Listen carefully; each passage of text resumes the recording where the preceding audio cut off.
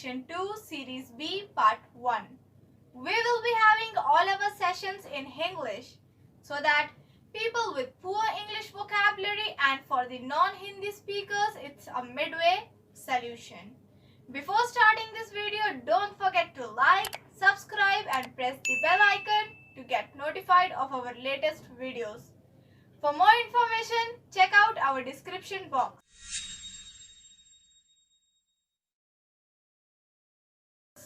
Starting with Series B Part 1, Subject MEL, Minimum Equipment List. ये series start करने से पहले one thing we have to keep in mind, ये series applicable है to scheduled, non-scheduled and general aviation operators. So what is MEL? हमारा सबसे बड़ा question यही है. Sub Rule 5 of Rule 60 of Aircraft Rules 1937 states that no aircraft can fly with defect or damage unless it has been covered in MEL or deficiency list. Deficiency list कुछ नहीं है, हम लोग MEL को ही कहते हैं deficiency list. तो MEL बनाता कौन है? Operators. कौन से operators?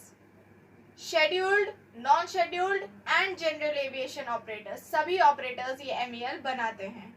अब MEL बनती किस बेसिस पर है? MMEL. MEL is made on the basis of MMEL, Master Minimum Equipment List. अब ये MMEL कौन इशू करता है, कहाँ से आती है? DGCA देता है, मैन्युफैक्चरर देता है, डिजाइनर देता है या स्पेस से आ जाती है? ये MMEL स्टेट ऑफ डिजाइनर और स्टेट ऑफ मैन्युफैक्चरर इशू करते हैं.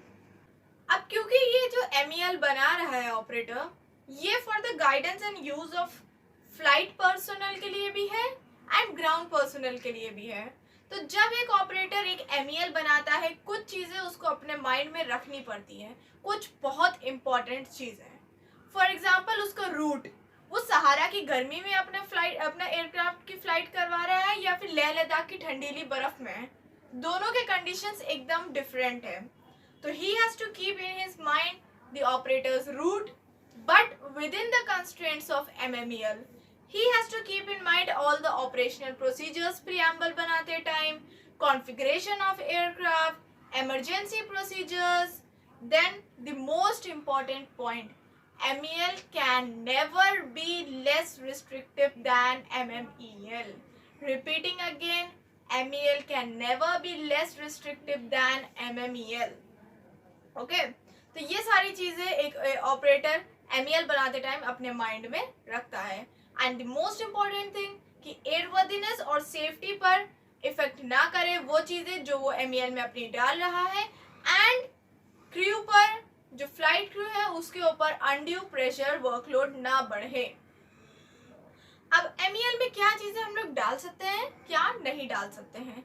जो आइटम्स डायरेक्टली सेफ्टी या एयरवर्दीनेस को अफेक्ट कर रहे हो या फिर डायरेक्टली या इनडायरेक्टली एयरक्राफ्ट के क्रू के ऊपर वर्कलोड बढ़ा रहे हो, वो आइटम्स हम लोग नहीं इंक्लूड कर सकते हैं. And MEL need not include wings, landing gears, then what else, entire engines etcetera. And ये भी नहीं कि आप लोग गैली इक्विपमेंट ऐड कर दें, पैसेंजर कन्वीनियंस प्रोग्राम डाल दें या एंटरटेनमेंट प्रोग्राम डाल दें. All this also should not be added in an MEL.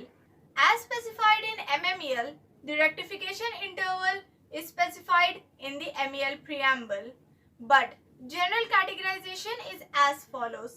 Category A, B, C, D. In category A, the rectification interval is specified in remarks column. For category B, the rectification interval is for 3 consecutive calendar days.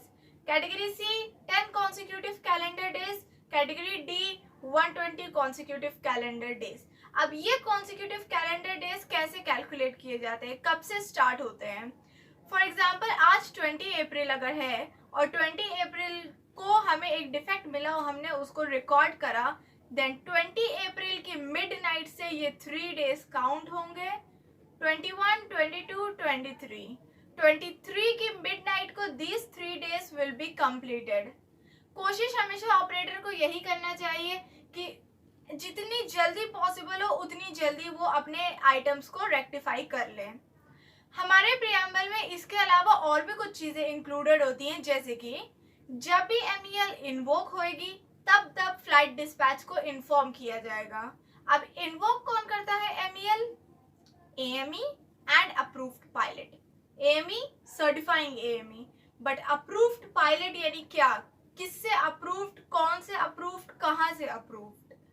वो pilot जो trend and जिनको authority QM देता है, वो भी CAR 145 organisation का, उनको कहते हैं approved pilot. One thing to be kept in mind, approved pilot जो है सिर्फ तब MEL को इन्वोक कर सकते हैं only for the operational items. जब मेंटेनेंस की रिक्वायरमेंट हो तब MEL इन्वोक नहीं कर सकते, तब सिर्फ एक सर्टिफाइंग AME ही इन्वोक कर सकता है। उसके बाद में मैन्युफैक्चरर के दिए गए प्रोसीजर्स जो DDPG में होते हैं या ऑपरेशनल प्रोसीजर्स में होते हैं, वो भी प्रियम्बल में इंक्लूडेड होते हैं। अब क्वेश्चन ये आता है कि हम लोग कब से माने कि एक MEL इन्वोक हो गई है? जब फ्लाइट ने टेक ऑफ कर लिया, या फ्लाइट ने इंजन स्टार्ट किया, या फिर एयरक्राफ्ट जब अपनी जगह पे खड़ा हुआ है। जैसे ही चॉक्स ऑफ होते हैं वैसे ही MEL इन्वोक हो जाती है, तब वहां पर से कैलकुलेट किया जाता है कि अब MEL इन्वोक हो गई है। इसके अलावा procedure for acceptance of defects और किस तरह से इसकी एंट्री टेक्निकल लॉग में करनी है, इस चीज के प्रोसीजर्स भी हमारी MEL में लिखे होते हैं।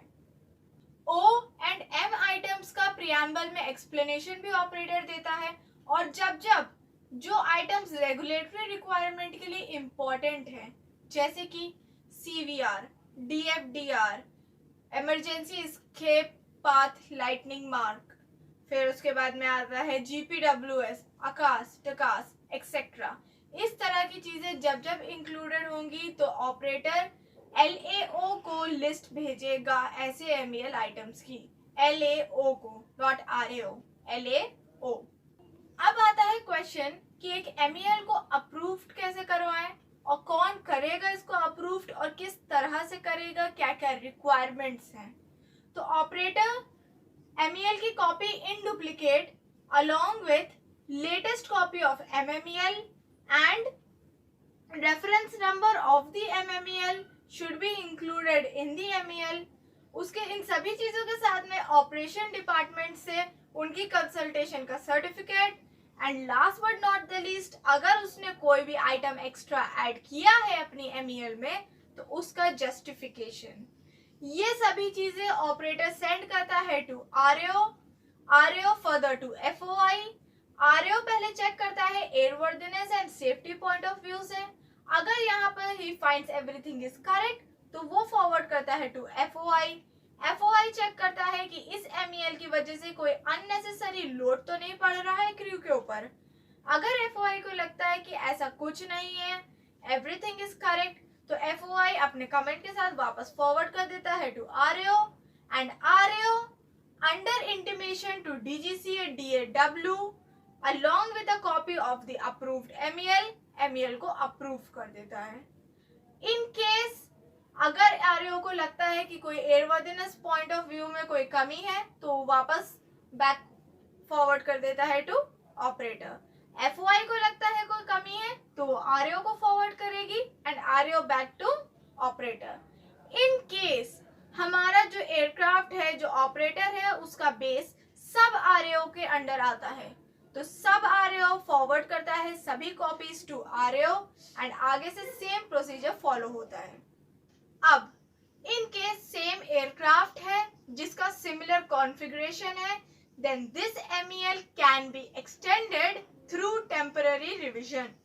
लेकिन अगर MEL आइटम में कोई भी डिफरेंस है तो फिर से पूरा अप्रूवल ऑफ MEL का प्रोसेस फॉलो होगा।